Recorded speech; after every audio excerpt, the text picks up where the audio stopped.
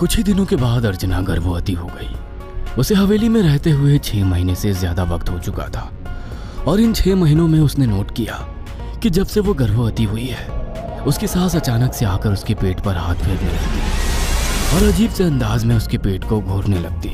शिखा ने तंग आकर अर्जुन से कहा, अर्जुन, मुझे तुम्हारी माँ का बिहेवियर बड़ा अजीब लगता है। तुम्हारी माँ जब देखो मेरे पेट पर आकर हाथ फेरती रहती है। अरे माँ को अपने पोते के आने का बेसब्री से इंतजार है शिखा, इसमें अजीब लगने वाली क्या बात है? मैं तुम्हें कैसे समझाऊं? मैंने माँ की आंखों में एक अजीब सी चमक देखी है। कैसी चमक?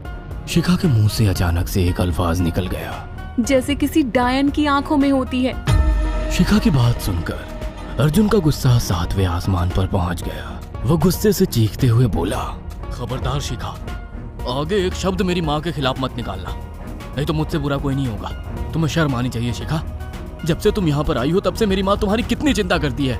वह तुम्हें समय से खुद नाश्ता बनाकर देती है, खाना देती है, यहाँ तक कि हवेली की साफ सफाई भी वो अकेली करती है। क्या बोलूं अब तुमसे, शर्म आती है मुझे तुम्हें अपनी पत्नी कहते हुए। इतना कहकर अर्जुन गुस्से से कमरे से निकल गया। शिखा अर्जुन से बहुत कुछ कहना चाहती थी मगर कह नहीं पाई।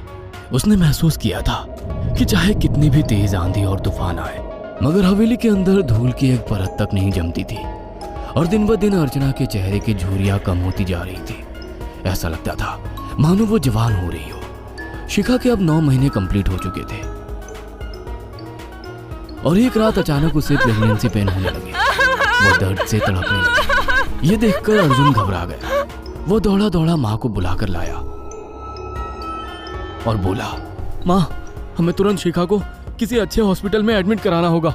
अर्जुन ने देखा कि उसकी माँ ने उसकी बात को सुना ही नहीं। वो तो बस शिखा के गर्भ की ओर आंखें फाड़ फाड़ कर देखी जा रही थी।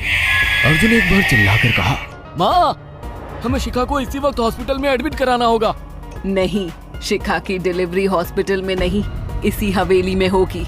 लेकिन इस हवेली में आपके और मेरे अलावा कोई नहीं है।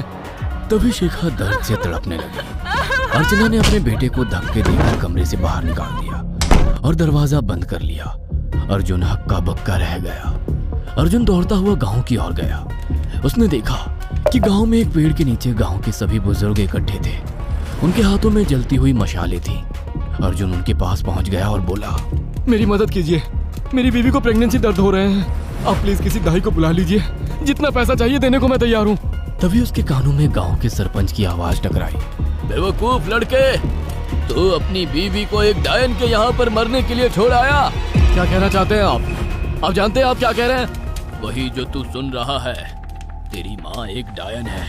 इन गांव वालों के हाथों में जो मशाले देख रहा है ना, हम तेरी ही हवेली में आग लगाने जा रहे थे। तेरी माँ ने इस गांव में ना जाने कितने नौजवानों को मार कर खाया है। तेरी माँ एक डायन है। लगता है आपका दिमाग खराब हो गया है। आप जानते भी हैं मैं कौन हूँ? हाँ, मैं जानता हूँ। तू ठाकुर धीरेन्द्र प्रताप का बेटा है। तेरे पिता को शक हो गया था कि तेरी माँ एक डायन है, इसीलिए उन्होंने तुझे हमेशा उससे दूर रखा।